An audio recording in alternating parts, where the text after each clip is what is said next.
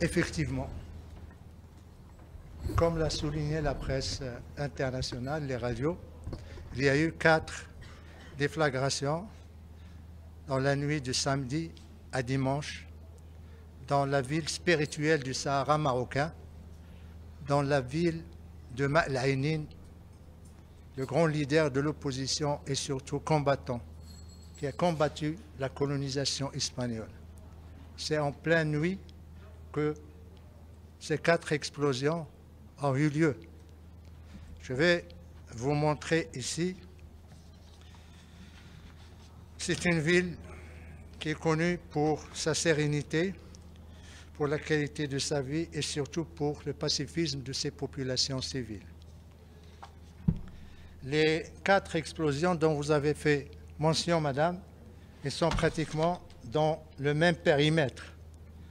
Première explosion, c'est dans le quartier industriel. Deuxième explosion, c'est dans le Hay Salam. Troisième, Hay Salam. Et le quatrième, Hay El-Wahda. Vous voyez, c'est pratiquement la ville et sa périphérie. Il n'y a aucune installation civile, comme vous pouvez le constater dans la première explosion dans le quartier industriel. Il n'y a aucune installation ou site militaire ni quoi que ce soit. Deuxième, Hay Salam également, vous voyez des bâtiments, vous voyez des rues, vous voyez des terrains vagues. Troisièmement, Hay Salam, vous voyez, c'est les constructions, pratiquement. Et Hay Nahda également, vous voyez des bâtiments, des rues. Ben, c'est dans ces quartiers que ces explosions ont eu lieu. Nous déplorons malheureusement un martyr, un jeune garçon de 23 ans qui s'appelle Hamza, qui ne vit même pas là-bas, qui est venu voir sa tante pour demander la main de sa cousine. Il vit en France, dans la ville de Tarbes. Il est venu avec sa mère pour construire un avenir avec la femme de son cœur ou la fille de son cœur. Malheureusement, le destin on a décidé autrement, ou je dirais ceux qui ont organisé, perpétré ces explosions lâches, ignobles, on a décidé autrement. Nous déplorons également 3 blessés, dont 2 dans un état grave et qui se trouvent encore aux urgences à l'hôpital militaire de Laayoune. Immédiatement après ces explosions, qui ont eu lieu pratiquement vers minuit, minuit 30, la MINURSO a été avisée. Et comme vous le savez, la MINURSO a également des postes d'observation à Smara. Ils sont venus immédiatement. Ils ont constaté que les explosions ont eu lieu dans des quartiers civils, des maisons civiles, un mort et des blessés civils. Et bien sûr, ils vont faire leur rapport au quartier, ici le headquarter, au secrétariat de l'ONU. Et bien sûr, le Conseil de sécurité sera saisi par ce rapport. Les autorités marocaines, de leur côté, ils ont demandé à ce qu'il y ait, à travers le procureur général, auprès de la cour d'appel de Laayoune, qui a demandé à ce qu'on diligente, la police judiciaire de diligenter une enquête afin de vérifier ou d'identifier les détails scientifiques, mais également balistiques de ces explosions. Le Maroc est un pays légaliste. Pour le moment, nous sommes dans la phase de l'enquête, de la collecte d'informations. Nous n'accusons personne parce que tout simplement, nous attendons les résultats probants de cette enquête. À ce moment-là, nous agirons.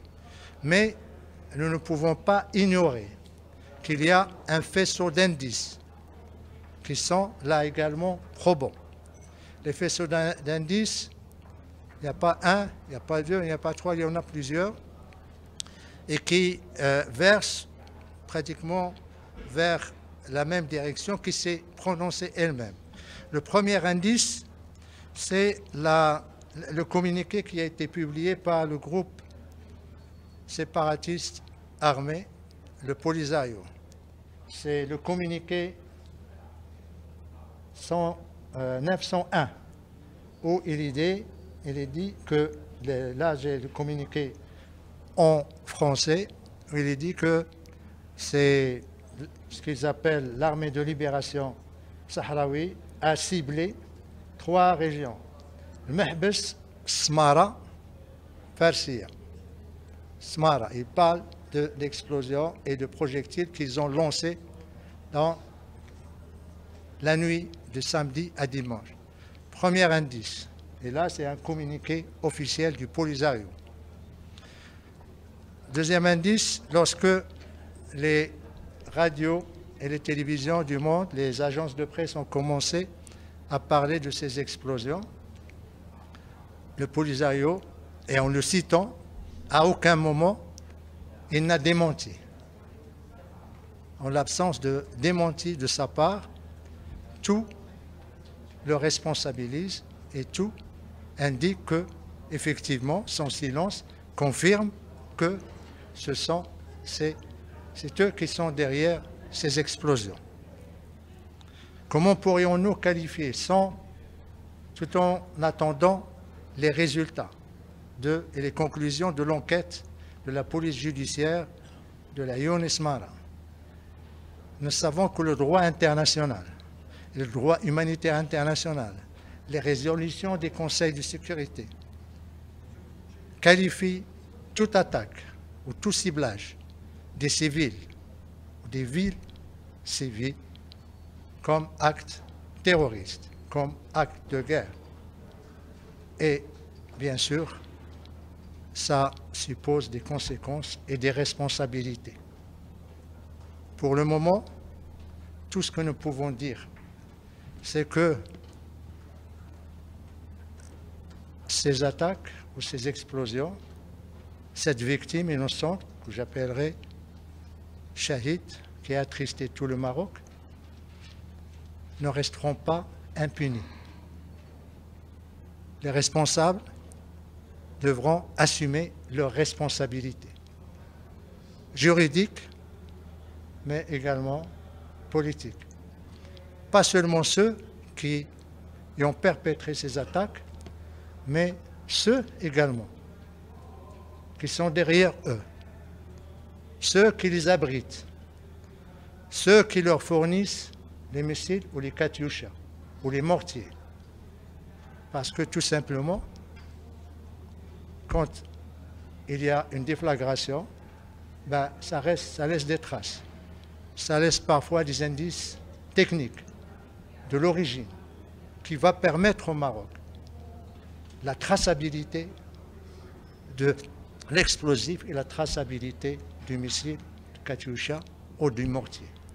À ce moment-là, le Maroc prendra les décisions qui s'imposeront et tirera les conséquences et les conclusions qui s'imposent. Et bien sûr, le premier à en tirer devra être le Conseil de sécurité, dès lors qu'il aura un rapport détaillé de la part de la MINURSO. La MINURSO est là pour superviser le cessez-le-feu. Le cessez-le-feu a été rompu il y a maintenant 2 ans, quelques mois. Il y a une responsabilité et nous attendons à ce que ce rapport soit rendu public par les Nations Unies afin que tout le monde sache qui cible les civils, qui tue les innocents, qui déstabilise la sécurité dans la région et qui risque de provoquer des drames sur l'ensemble d'un embrasement de la région. Tout le monde doit savoir ça et la communauté internationale, bien sûr, doit juger de ce qui s'est passé. Nous faisons confiance à la MINURSO, nous faisons confiance au Conseil de sécurité pour décider et, bien sûr, le Maroc tirera, comme je l'ai dit, la responsabilité qui s'impose après cet acte que je qualifierais d'ignoble et d'acte terroriste. condamnable. Deuxième question, oui, Adla.